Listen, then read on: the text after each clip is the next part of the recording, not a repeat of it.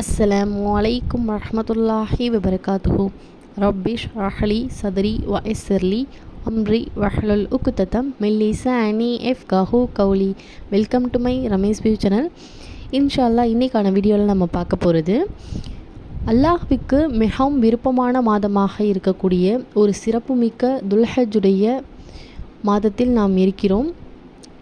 அல்ஹம்துலில்லாஹ்.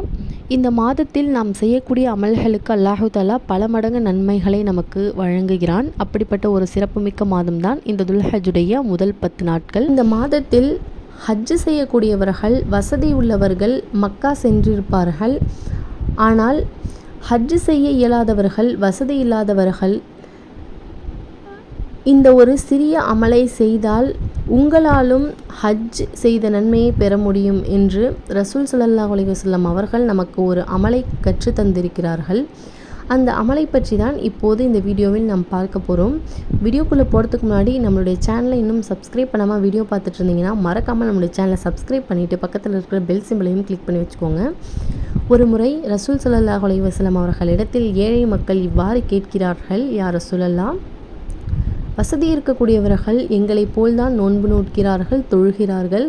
ஆனால் அவர்களிடத்தில் வசதி இருக்கிறனால் அவர்கள் ஹஜ், உம்ரா போன்ற அமல்களை செய்து நன்மைகளில் எங்களை விட முந்தி செல்கிறார்கள். ஆனால் எங்களால் அவ்வாறு செய்ய முடியவில்லையே என்று ரசூல் ஸல்லல்லாஹு அலைஹி வஸல்லம் அவர்களிடத்தில் ஏழை மக்கள் கேட்டபோது ரசூல் ஸல்லல்லாஹு அலைஹி வஸல்லம் அவர்கள், நான் உங்களுக்கு ஒரு சிறிய அமலை கற்றுத்தரட்டுமா என்று கூறி, நீங்கள் ஒவ்வொரு தொழுகைக்கு பிறகும் சுப்ஹானல்லாஹ் 33 தடவையும், அல்ஹம்துலில்லாஹ் 33 தடவையும், அல்லாஹு அக்பர் 33 தடவையும் ஓதி வாருங்கள்.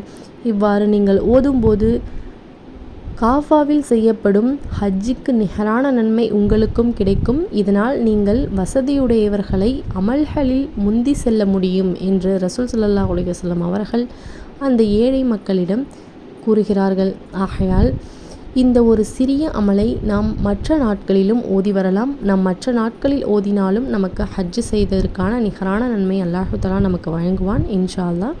ஆகையால் இந்த துல்ஹஜ்ஜுடைய முதல் 10 நாட்களில் இந்த அமலை நாம் அதிகமாக ஓதுவோம் இன்ஷா அல்லாஹ். இந்த பயனுள்ள விஷயத்தை உங்களுடைய ஃப்ரெண்ட்ஸ் அண்ட் ஃபேமிலிக்கும் ஷேர் பண்ணி அதற்கான நன்மைகளை பெற்றுக்கொள்ளுங்கள்.